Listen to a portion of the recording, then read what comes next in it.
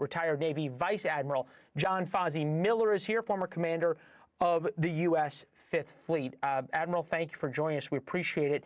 Let me put it in a different way. If there was going to be a strike on Venezuela sometime now in the next 72 hours, 4 or 5 days, isn't this what we would be seeing in the Caribbean Sea? Well, it might be. We could be seeing a lot of other things, or we could be seeing nothing at all. So, Venezuela is not terribly far from here. We just proved a few months ago that we can go halfway around the globe from the United States to strike someone if we need to. This buildup of military forces could be indications of an imminent attack. President says it's not. What it does do is it gives them some options. And presidents love to have options. So he's got increased maritime forces there with the Amphibious Readiness Group. The Ford Group is coming as well. So even just their presence is really designed to get the attention of the nations in the region and let them know there's something going on that we're not happy about.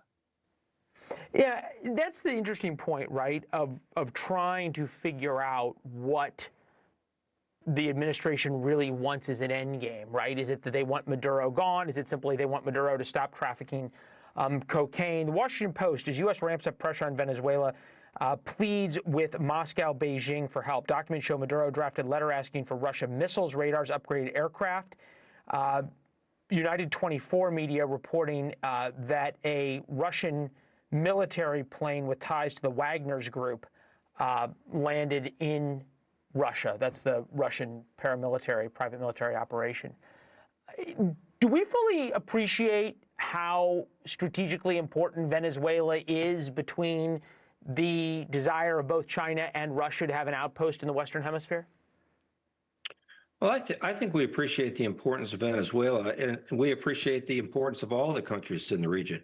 What we're seeing out of Venezuela right now is an excess amount of drug traffic that the president has committed the nation to getting rid of, and this is one way to do that, putting pressure on Venezuela by having increased maritime forces throughout the region. And we just had a destroyer, the USS Gravely, was just in port in Trinidad and Tobago.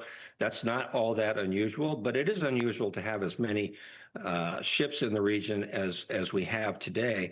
But that shows that it's important to the United States. And that's a signal not just to the countries in and around the region, but to the Russians and the Chinese as well. The flip side to this, though, you pull a carrier strike group, and you've commanded one of these out of a region, either the Mediterranean, where it can look into Europe, or out of the South China Sea. The Navy has a finite number of these. And this now all of a sudden means that you're not able to confront Russia, you're not able to deter China in the same way you were before, right?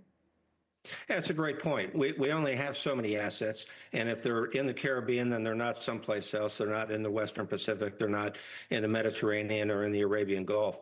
But the beauty of maritime forces, just like we did with the Ford was somewhere else. It was in the Mediterranean. Some of the Ford strike group ships were in the Red Sea and in the Arabian Gulf. So we can move them around. We can keep them where we want them for as long as we want to keep them there. We don't have any issues keeping up with the supply logistics that are required to keep a carrier strike group in business or an amphibious readiness group. And then if we need to move it somewhere else, we can move it somewhere else. What would you watch for over the next, say, 72 to 96 hours if this was going to ramp up to strikes not just on speedboats carrying drugs, but on the Venezuelan military and I guess you could call it civilian leadership, although Maduro is basically just a strongman leader. So on Venezuela's leadership. Well, I don't know that you'd look for anything different than what you're seeing, which is in particular having the Marine forces there. They have the ability to project power ashore. The destroyers there, the Gravely, has the ability to project power ashore. But those are long-range missiles. They can come from, they don't have to be 100 miles off the coast of Venezuela. They can be 100 miles away.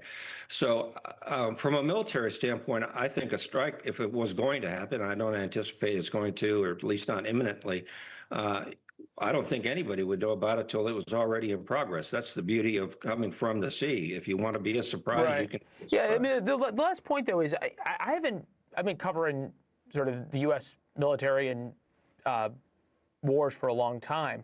the amount of video that's being put out by U.S. Southern Command of these sort of hype videos of training by the U.S. military, what is the message they're designed to send? Well, the beauty of a maritime force is if you don't want anyone to know that you're there, you can be there and no one will know about it. If you're 20 miles off the coast of Venezuela with an aircraft carrier, they're not going to see it. If you want them to know about it, with today's technology, you can bring it to them live and in color, and they can see where our ships are, what our ships are doing, what kind of things they're practicing. And so you get a good idea of the readiness of the forces that are in your region. So one of the reasons to publicize it is to make sure they understand that we have the potential to come from the sea, to interdict nefarious traffic that's transiting on the sea, or to do any other mission that we're called upon to do.